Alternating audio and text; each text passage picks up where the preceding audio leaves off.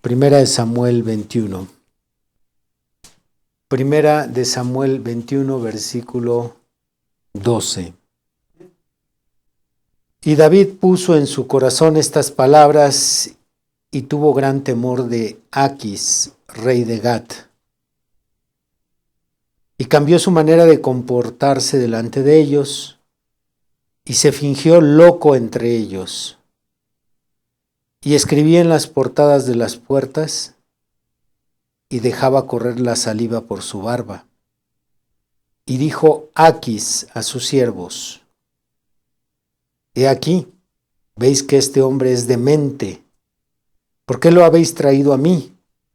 ¿Acaso me faltan locos para que hayáis traído a este que hiciese de loco delante de mí? ¿Había de entrar este en mi casa?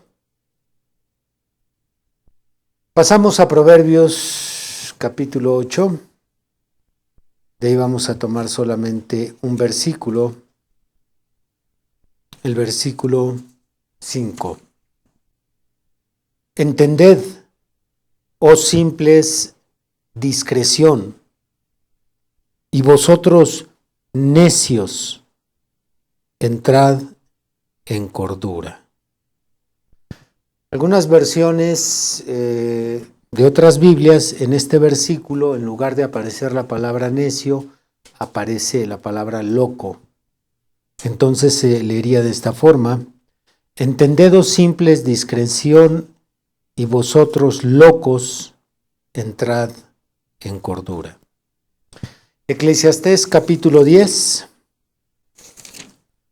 versículo 3. Y aun mientras va el necio por el camino, le falta cordura, y va diciendo a todos que es necio. Entre los cuentos infantiles por los que Hans Christian Andersen sigue vivo en la memoria de la humanidad, figura aquel cuento que lo hizo muy famoso por la frase "El rey está desnudo". Aunque esta frase solo le dio fama al cuento, pero el verdadero título del cuento es El traje del emperador. ¿Alguien ha leído este cuento? Casi nadie. La historia trata de una estafa que nadie se atreve a denunciar por temor a que lo tomen de tonto, incapaz de ver lo que supuestamente todos están viendo. Sin detalles, la versión breve del cuento es la siguiente. Dos farsantes que se dicen ser sastres llegan a la comarca de un emperador vanidoso, quien, envuelto en trajes de extremo lujo, ropas muy llamativas que le gusta lucir en funciones teatrales, comúnmente se presenta ante su pueblo este rey para ser admirado por todos. Le gusta lucir su ropa real, le gusta lucir la corona. Y le gusta que su pueblo le aplauda y lo admire. El emperador vive esclavizado por los sastres y sometido a los espejos. Y aquellos falsos sastres que recién llegan al reino le hacen creer a todos que ellos son maestros en confeccionar la ropa más colorida, la más cómoda y la más variada. Pero entre sus telas, dicen ellos, se encuentra una con la maravillosa virtud de tornarse invisible a los ojos de los tontos, pero no así a los ojos de los inteligentes, quienes por su inteligencia sí pueden ver la tela. Así que el emperador, lleno de vanidad, que le gusta presumir sus ropas reales y ser admirado por su pueblo, ordena que le tejan ropa real con esta maravillosa tela. Y lo que sigue es el engaño de la fabricación de una ropa que no existe. Pero que cada persona del pueblo asegura que puede ver, ya que no quiere ser señalado como un tonto. Recuerde que esa tela es tan especial que solo los tontos no la detectan, pero los inteligentes sí. Así que cada persona del pueblo asegura que puede ver la ropa real que le han confeccionado al rey, ya que no quiere ser señalado de tonto, y hasta el emperador elige mentirse a sí mismo. Porque ¿qué sería de él si declarara que él tampoco la puede ver? ¿Qué sería de él si la gente opinara que él es un rey tonto? Así que él también tiene que fingir en este juego y tiene que mentirse a sí mismo, a pesar de que tal ropa no existe. Y a pesar de su desnudez, frente al espejo, tiene que halagar a los falsos tejedores por tan maravillosa prenda. Sabemos cómo termina esta historia, ya que una vez que el rey, con su supuesta ropa real, confeccionada con una supuesta tela invisible, que nadie puede ver, y que el rey tampoco puede ver, sale a lucirla ante toda su comarca, sus súbditos. Claro que sabemos que el rey sale desnudo. Pero todos están aplaudiendo, todos están diciendo, ¡wow! ¡Qué tela tan bella! ¡Qué confección tan hermosa! Mientras el rey pasea desnudo en las calles. No es hasta que un grito se escucha con asombro e insistencia y es el grito de un niño. ¡El emperador está desnudo! Ahí es cuando el engaño se cae. Ahí es cuando viene el castigo sobre los supuestos sastres. Un engaño hacia un rey se extiende para ser un engaño colectivo que, aunque todos se dan cuenta de él, es mucho mejor seguir el juego. Es mucho mejor no ser señalados como tontos, ya que al seguir el juego fingimos que somos inteligentes. Nunca como ahora este cuento de Andersen parece hablarnos de una manera tan directa y tan íntima sobre la condición de este mundo. El mundo que no solamente está loco, sino que cada día está más loco.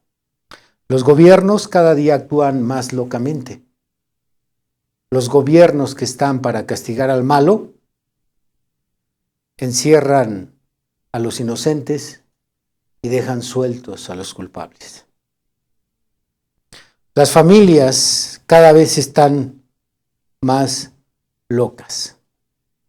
Pueden desintegrar el matrimonio como tirar una bolsa a la basura. Pueden repartirse los hijos, pueden negociarlos como si fueran productos. Los medios de comunicación cada vez están más locos, le hacen más publicidad a lo dañino que a lo sano. También vemos locura en las religiones, a donde quiera que volteamos, encontramos locura, pero nadie dice nada.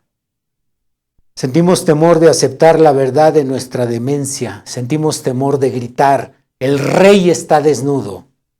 Es más conveniente guardar silencio, seguir el juego y fingir que todo está bien. Ya que el silencio nos evita muchos problemas. Así que el curso que lleva este mundo, que es un curso hacia un manicomio completo, se mantiene de pie gracias al silencio, no solo de la humanidad completa, sino de la iglesia misma. Ahora, cuando yo estoy hablando de locura, no me estoy refiriendo a lunáticos, no me refiero a personas que totalmente perdieron la razón, que están babeando, que deliran, que están con las manos torcidas, encerrados en una clínica psiquiátrica. No me refiero a ese tipo de locura. Me refiero a la locura que ha dañado la mente de la humanidad, que son capaces los seres humanos en la actualidad de tomar buenas decisiones, que son capaces de distinguir lo bueno de lo malo, lo inconveniente de lo conveniente, lo sano de lo dañino. Me refiero a ese tipo de locura que viene en episodios de desvarío. A ese tipo de locura me refiero.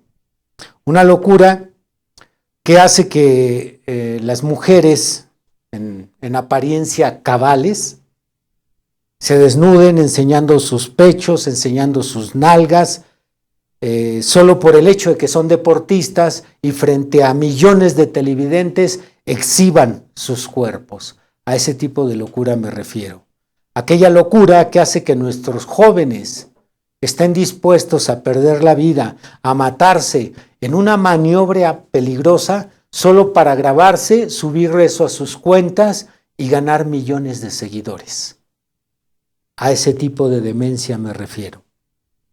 A la demencia que está llevando a los hombres a cortarse los genitales, a las mujeres a inyectarse silicón, todo para retrasar la edad, a hombres casándose con hombres, gobiernos legalizando las drogas, gobiernos y legisladores que dan licencias para usar armas y luego castigan a los mismos que las usan. A este tipo de locura me estoy refiriendo en este tema. Pero todos debemos de fingir que todo está bien, ya que solo los tontos no pueden aceptar el siglo XXI con todos los cambios que están viniendo. Sin embargo, me doy cuenta que cuando estudio este tipo de demencia, hasta cierto punto podemos clasificarla como una locura por placer y una locura por ambición.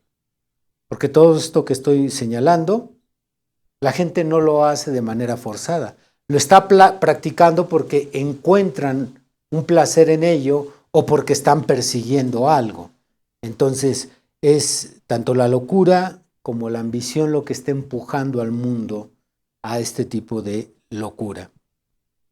Vimos que el rey David se fingió loco porque quería salvar su vida. Creo que algo parecido le sucede al mundo. Un instinto de supervivencia y un deseo de aceptación en la sociedad hace que la gente se comporte como locos. Porque si tú no cuadras en el estilo de vida moderno, qué extraño, uno es el que viene a ser el loco para ellos. Para que uno pueda ser aceptado y visto con cierta normalidad, tienes que bailar al son de sus canciones. Y nuevamente, para no ser tildados como tontos, el silencio es una muy buena manera de supervivencia. No es hasta que alguien se anima a gritar, el rey está desnudo, hasta que alguien protesta en contra de todo lo que se está haciendo, es que podríamos, si acaso, despertar un poco a esta generación de mente. Pero en este tema y en los próximos temas no estaría hablando de esta locura que es por placer o por ambición, sino de otro tipo de locura que se desarrolla causada por el dolor, causada por una vida golpeada brutalmente. Hablo de una locura que tuvo su inicio en un hogar donde siempre predominó la violencia intrafamiliar. Una locura causada por el maltrato de los padres, causada por el abandono, causada por el abuso sexual sobre menores, por las carencias, por el bullying. Todo este tipo de locura es de la que vamos a estar hablando en estos temas y es una locura que la ciencia llama patología psiquiátrica.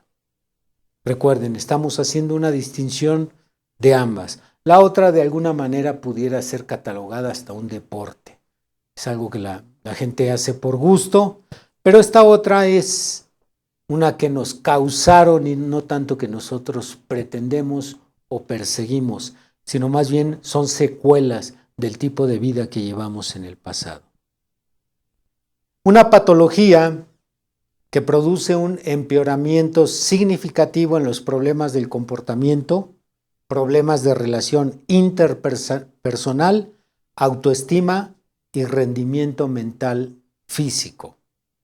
Repito esto, porque este es el fundamento de los siguientes temas. Estaremos hablando de una patología que produce un empeoramiento significativo en los problemas de comportamiento, de relación, problemas de relación interpersonal, de autoestima y de rendimiento mental y físico. Esto es, a grandes rasgos, lo que la ciencia denomina como una patología psiquiátrica. Ahora, una vez más, la siguiente aclaración, no nos estamos refiriendo a la demencia que podemos ver en la sociedad como una demencia total. No estamos hablando de que la persona perdió en su totalidad la razón, sino de pequeños episodios en los que todos, incluyéndonos los cristianos, nos hemos comportado como locos en diferentes momentos. Que no lo veamos como tales porque se ha normalizado esta locura. Pero dígame usted si acaso no es de locos abandonar a la esposa, abandonar a los niños para irse a vivir con la amante. Y esto lo vemos en todas partes, escuchamos en todas partes. Probablemente usted tenga familiares cercanos donde su cuñado, su hermana, su tía abandonó al esposo, a los hijos y se fue con la amante. A ese tipo de locura me refiero. Pequeños episodios que nos hacen comportarnos de esta manera. Es de locos tomar un cinturón, amarrárselo al cuello y colgarse en el closet. Es de locos, pero es lo que estamos escuchando en las noticias. 800,000 personas se quitan la vida año tras año, según los datos de la Organización Mundial de la Salud. Como se da cuenta, no estamos tan cuerdos como pensamos. Es de locos atropellar a una persona en un arranque de ira, pero es lo que cada vez hace más la sociedad. Te avientan el carro, te atropellan, cuando no te atropellan, bajan y te golpean, si se suben y se van. Es de locos tocar o golpear más bien la puerta del vecino para ir a amenazarlo a muerte, solo por el hecho de que le dijo algo a tus hijos, solo por el hecho de que te dejaron la basura ahí, solo porque te le dieron un rayón al carro. Entonces, esta sociedad solamente aparenta cordura, y probablemente nosotros también, pero en realidad es una sociedad demente, una demencia colectiva silenciosa. Todo esto es el resultado, como ya lo dije, de una patología. Y la patología es el resultado del dolor, porque no estamos hablando de la otra locura que se practica por placer o por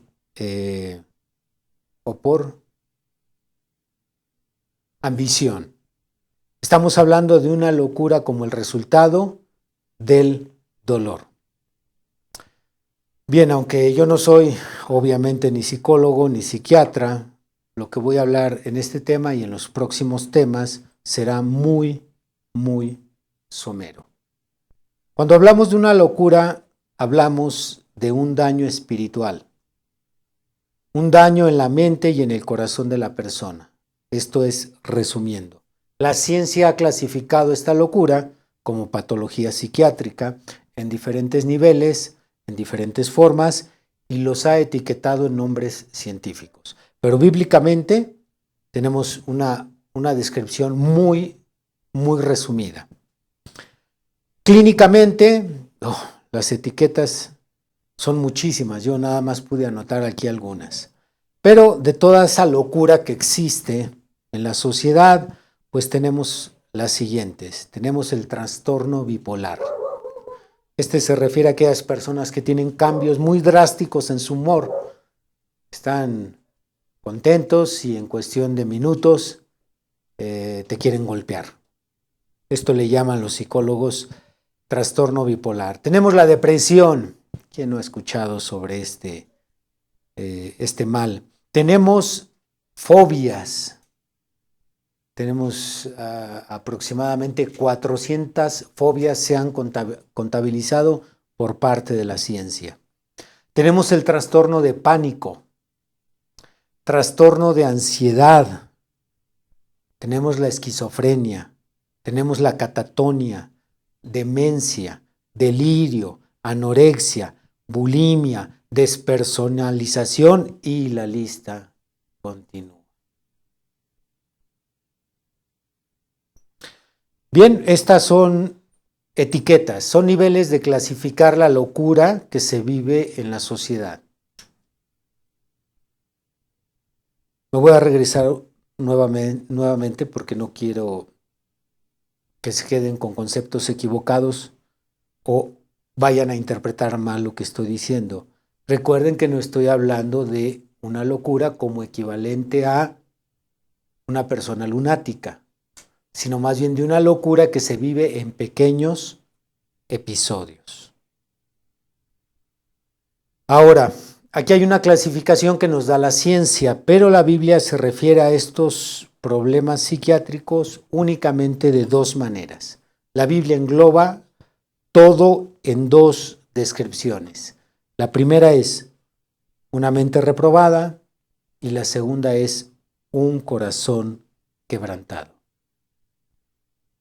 Cuando escuchamos al psicólogo o al psiquiatra describir el problema y etiquetarlo, decir es que usted tiene delirio, o usted tiene esquizofrenia, o tiene paranoia, bien, esa es la forma en que lo etiqueta, y está bien, científicamente tienen sus razones para darle ese nombre, pero cuando nosotros vamos a la Biblia, todos los problemas que sean clasificados como una patología psiquiátrica, todos tienen que ver solo con dos cosas.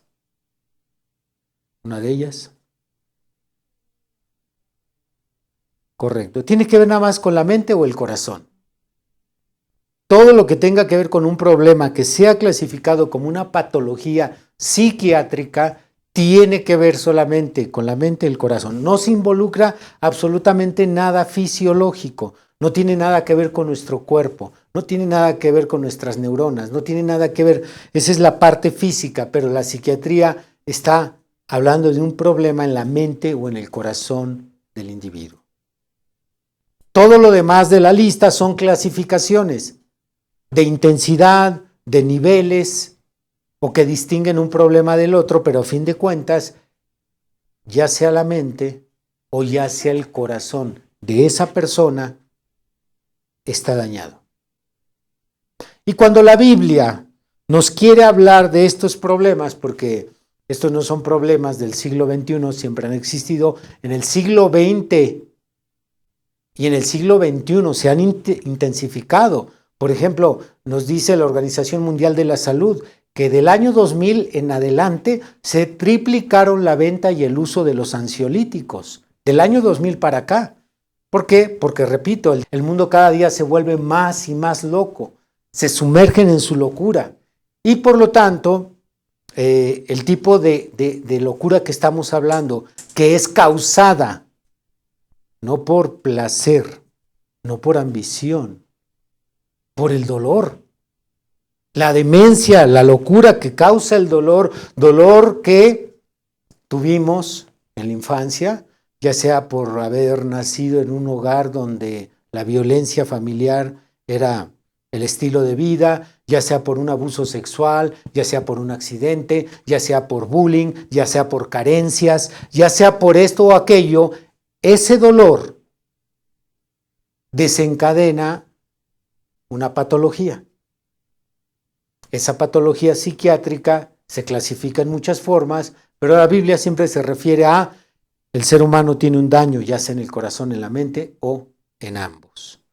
Y cuando se refiere la Biblia a ese daño, le llama ya sea mente reprobada o le llama corazón quebrantado.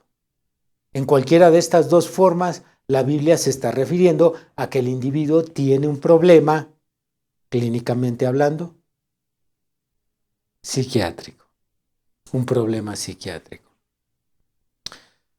Gracias a la revelación que Dios le dio a su profeta William Branham, podemos entender mejor cómo funciona todo esto de los problemas psiquiátricos desde la perspectiva bíblica. Podemos conectar más rápidamente con el problema, con la persona, al entender cómo es la estructura del ser humano. Vamos a ver la siguiente diapositiva para recordar sobre lo que ya hemos aprendido, pero que ahorita vamos a aterrizar con esto que estamos hablando de un problema psiquiátrico o lo que vendría a ser un corazón quebrantado, una mente reprobada. Muy bien, ahí tenemos la diapositiva. Obsérvenla, por favor. Si se dan cuenta, tenemos la triple composición del ser humano. Tenemos el cuerpo, coloqué los 5 sentidos que ya todos conocemos: vista, oído, olfato, gusto y tacto. Ahí está el cuerpo. Pero no es todo lo que somos. Tenemos también un espíritu, y ese espíritu tiene esos 5 sentidos. Nuestro espíritu tiene la memoria, los razonamientos, los recuerdos, la conciencia y la imaginación. Pero no solamente tenemos 5 sentidos en el cuerpo y 5 sentidos en el espíritu. Tenemos una naturaleza en nuestra forma de ser y de comportarnos. Y la naturaleza de cada uno de nosotros es diferente. No todos tenemos la misma naturaleza. Y esa naturaleza la define el alma. Cuando podemos entender este cuadro, esta descripción, esta gráfica de nuestra composición, nos va a ser más fácil entender, interpretar y manejar lo que es una patología psiquiátrica. Cuando podemos saber que tenemos cuerpo y cómo está compuesto, que tenemos espíritu y qué es lo que tiene, y que tenemos un alma, a diferencia de los animales, quienes no tienen una naturaleza. Usted no puede decir de un perro que es un buen perro refiriéndose a ese perro en la calidad o en el adjetivo de bueno en sentido moral. No puede decir que se porta bien, se porta mal. En los animales no existe la dimensión moral, por lo tanto no tienen naturaleza, ellos nada más tienen cuerpo y espíritu. Pero nosotros tenemos una naturaleza, y esa naturaleza se define por varios rasgos, de lo cual ahorita ese no es el tema. Muy bien. Ahora, recordando esto que usted lo puede leer con más detalles, con ejemplos, en el sermón titulado La más grande batalla jamás peleada, y es donde el profeta explica esta gráfica. Entendiendo esto, ahora sí pasemos a lo siguiente. Pasemos a la siguiente diapositiva, por favor. El espíritu, que tiene estos 5 sentidos, que tiene memoria, razonamiento, recuerdos, conciencia e imaginación, es lo que venimos a conocer como nuestra mente. Entonces, cuando el psicólogo se quiere referir a que la mente de la persona está dañada, se está refiriendo a que su espíritu está dañado. Y está dañado en alguna o en algunas de estas partes. Puede ser que estén dañados sus recuerdos, puede ser que esté dañada su memoria, puede ser que esté dañada su razonamiento, su imaginación, su conciencia. Alguna parte está dañada cuando lo que se detecta es que la mente de la persona está dañada. Pero no solo puede ser dañada la mente, puede estar dañado el corazón. Y entonces, cuando el psicólogo se refiere, en este caso, al corazón, se está refiriendo al alma de la persona, entendiendo que muchas veces y en diferentes ciencias diferentes ámbitos se usa indistintivamente la palabra sentimientos de corazón. Se refiere a lo mismo. Entonces, cuando alguien tiene dañados sus sentimientos o su corazón, es porque está dañada su alma. Entendido esto, entonces, lo único que hacemos es, cuando nos adentramos a uno de los problemas ya etiquetados por la ciencia, cuando alguien dice, este tiene paranoia, este tiene esquizofrenia, este tiene demencia, este padece delirios, hay una parte de la mente que está dañada o hay una parte del corazón que está dañado. Su alma está dañada, porque es el alma la que controla los sentimientos, mientras la mente quien controla estos 5 sentidos.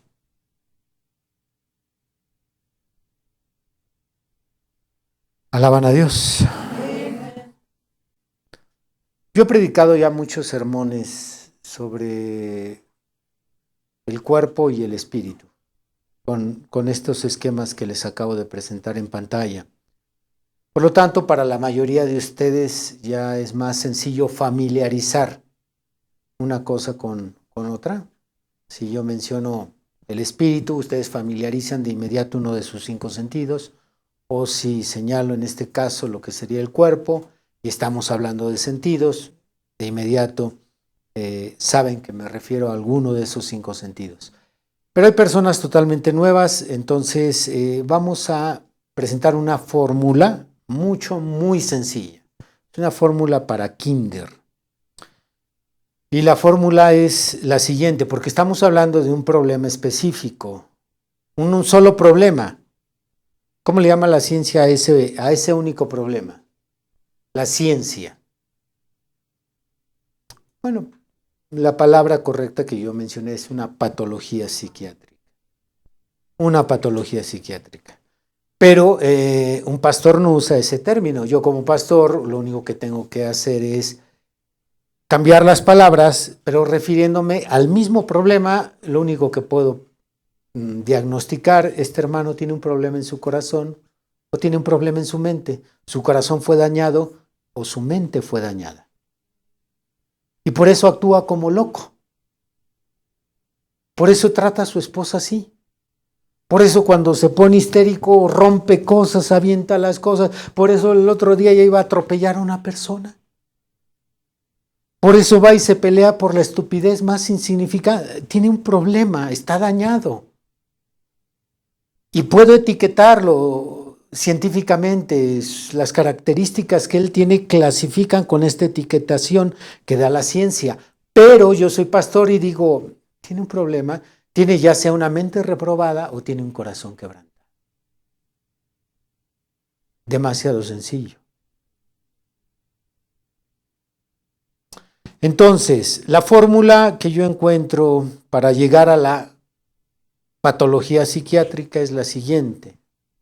Daño extremo en el corazón y la mente, más desatención médica, igual a patología psiquiátrica. Vamos a verlo aquí en pantalla. Muy sencilla la fórmula. No sé si un psicólogo, psiquiatra, terapeuta en problemas de comportamiento me esté escuchando, perdóneme lo sencillo, suplico su perdón. Pero esa es la fórmula. Daño extremo en el corazón y la mente, más desatención médica, igual a patología psiquiátrica. Daño extremo en el corazón y la mente. Te violaron cuando tenías 5 años. El maestro te manoseó cuando tenías 12 años. Tu papá casi te mata a golpes. Tus 2 padres te abandonaron, creciste con tus abuelitos. Ponle ahí el que quieras. Daño extremo en el corazón y la mente. Más, nunca te llevaron con un psiquiatra, nunca te asesoraron, nadie te ayudó, no platicaste con nadie, no sacaste lo que traías en tu corazón. Más desatención médica, igual a, tiempo presente, patología psiquiátrica. Bíblicamente, tienes una mente reprobada o tienes un corazón quebrantado. Cualquiera de las dos. No solamente el mundo sin Cristo está fingiendo que no puede ver que el rey está desnudo, también el cristianismo es parte de esta farsa. Porque si un cristiano o una cristiana llegase a aceptar que tiene una patología psiquiátrica, imagínense qué pensarán de uno que lleva 10 años en una religión evangélica, que lee la Biblia, que platica mucho con su pastor, que le predica a otro. ¿Qué pensarán si saben que yo estoy dañado? Así que hay que fingir que no lo vemos y que nada está pasando y que el rey no está desnudo, hay que fingir. Y aparte la Biblia dice, 2 Corintios 5:17, el que está en Cristo nueva criatura es, todas las cosas viejas pasaron, he aquí todas son hechas nuevas. Si tuviésemos el valor de gritar, el rey está desnudo, si aceptamos que tenemos demencia, depresión, esquizofrenia, paranoia y demás, entonces la pregunta que sigue o las preguntas que siguen a esta aceptación, porque primero se tiene que aceptar, y de hecho la aceptación es uno de los principios más básicos en toda fundación de ayuda a la sociedad. Sea una fundación para ayudar a los alcohólicos, sea una fundación para ayudar a los drogadictos, sea una fundación para ayudar a los neuróticos, sea el Club de Leones, el Club Rotario, cualquier fundación de ayuda del cuarto, del quinto paso, y el mismo cristianismo, para que una persona pueda ser ayudada, uno de los principios más básicos es que la persona tiene que reconocer que está mal. Tiene que reconocer que está enferma. En el cristianismo este es el principio que tenemos. Si la persona no reconoce que es un pecador y que necesita a un salvador, no podemos hacer nada por él. Entonces, si queremos seguir fingiendo, podemos seguir creyendo que todo está bien, que no necesitamos ayuda, que la tela y el corte de la nueva confección del rey luce muy bonito porque nos van a decir que somos tontos. Para empezar, tenemos que aceptar si padecemos alguno de estos problemas clasificados como patología psiquiátrica.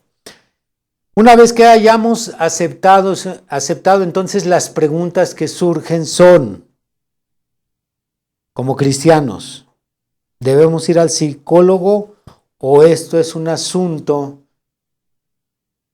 que resolvió nuestra conversión? Cuando nos hicimos cristianos, citando nuevamente 2 Corintios 5:17, las cosas viejas pasan. Todo lo que me hicieron, todo lo que sufrí, todo el trauma, todo el dolor, todo lo que he vivido ya en Cristo, todo eso quedó atrás. Amén. Amén. ¿No? No, amén. ¿O debemos los cristianos ir al psicólogo? Segunda pregunta, aquellos que se les ha recomendado ir al psicólogo, ¿es porque ese es el camino bíblico?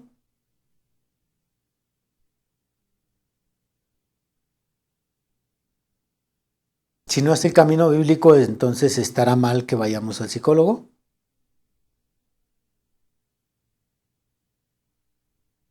Tercera pregunta, ¿estos problemas son posible resolverlos solo con herramientas espirituales?